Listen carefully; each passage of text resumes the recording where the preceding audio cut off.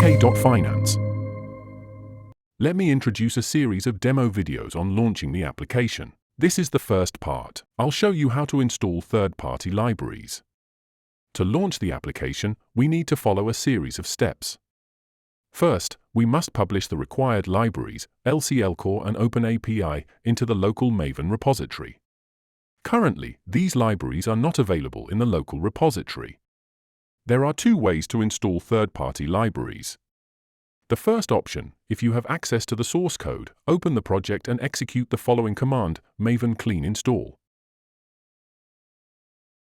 Alternatively, follow the official Apache Maven guide and use the recommended command to install the libraries. Before running the command, I will copy the provided libraries into the root directory of the project for convenience.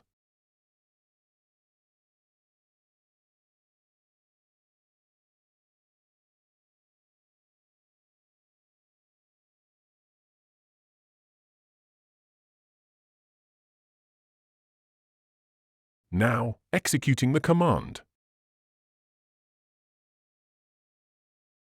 Build successful. We can see that the LCL Core library is now present in the local Maven repository.